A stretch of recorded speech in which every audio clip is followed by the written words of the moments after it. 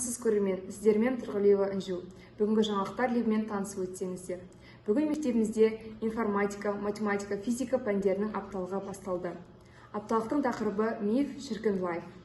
Апталықтың мақсаты оқушыларға математика, информатика, физика пәндерінің сабақта ғана емес, өмірмен де байланысты екенін түсіндіру. Ендеше апталықтың ашылуынан видео тамашаласаңыздар.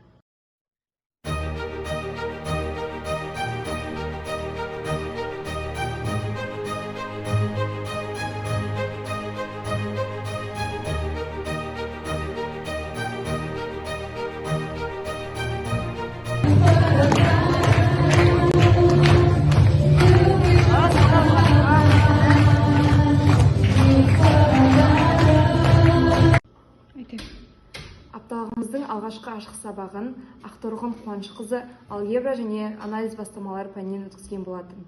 Ендеше соған назар салсақ.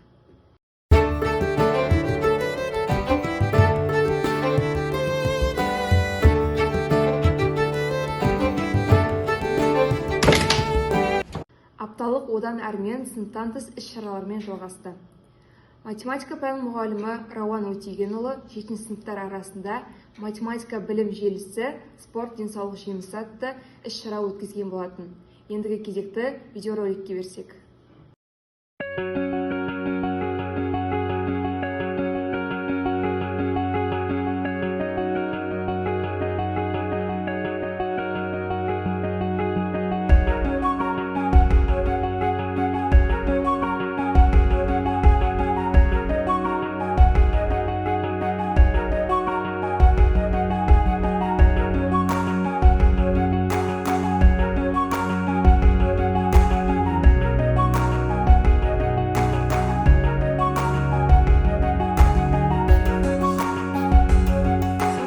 Мектебімізде ментальды арифметика атты жаңа курс басталған болатын. Ендеше жетекшісі Мұратұлы Ерасылға сөз берсек. Бұл курстың мақсаты қандай? Бұл курстың мақсаты балалардың логикалық ойлауын дамытып, есепті шапшаң орындауға арналған. Жалпы қанша оқушы қазірде қатысып жатыр? Қазіргі таңда 5 оқушы бар. Алдағы таңда біздің курсымызға балаларды әлі де тартып, деңгейін көтереміз деген ойымызда бар.